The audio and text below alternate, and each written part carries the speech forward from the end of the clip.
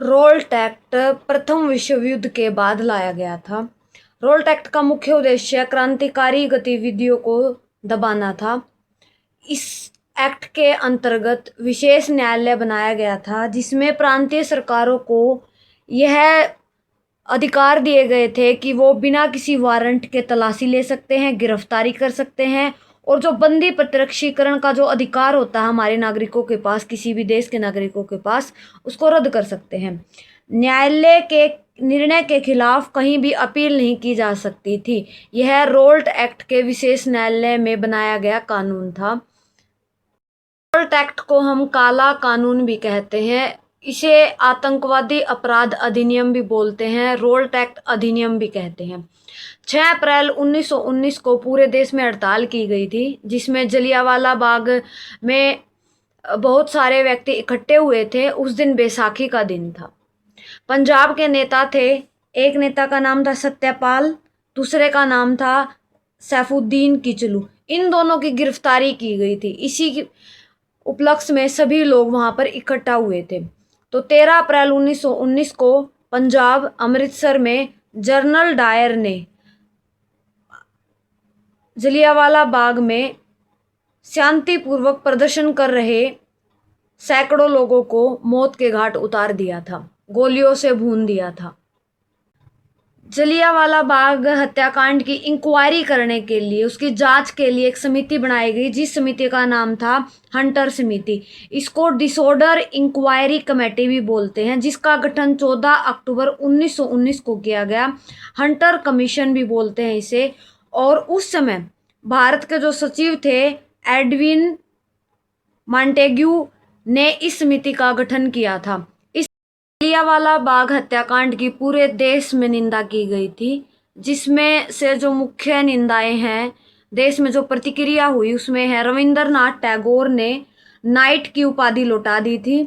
दूसरा, वायसराय की कार्यकारिणी में के सदस्य थे शंकर नायर, इन्होंने इस्तीफा दे दिया था।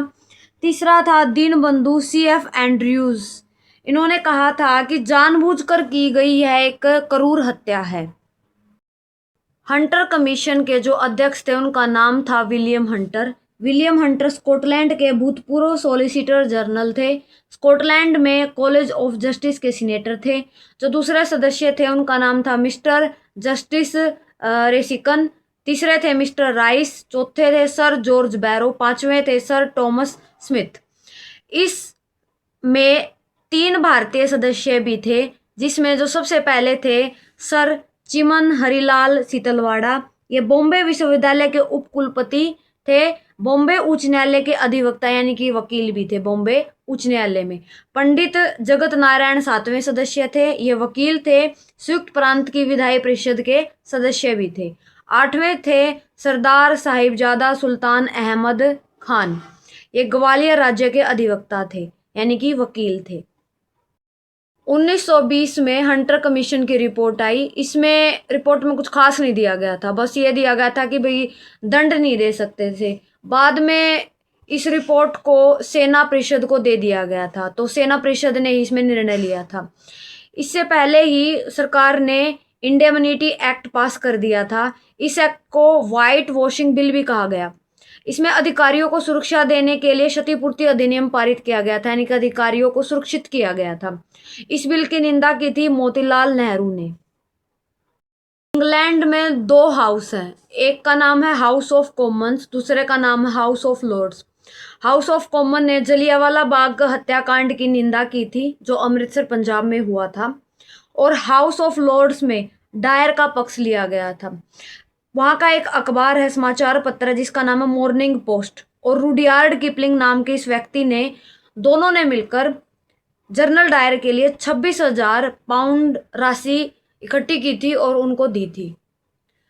अब जो ये रिपोर्ट थी, रिपोर्ट की जो समीक्षा करने का कार्य सौंपा गया था वो सौंपा गया था विंस्टन चर्चिल को। ये इंग्लैंड के युद्ध सचिव भी थे उस समय।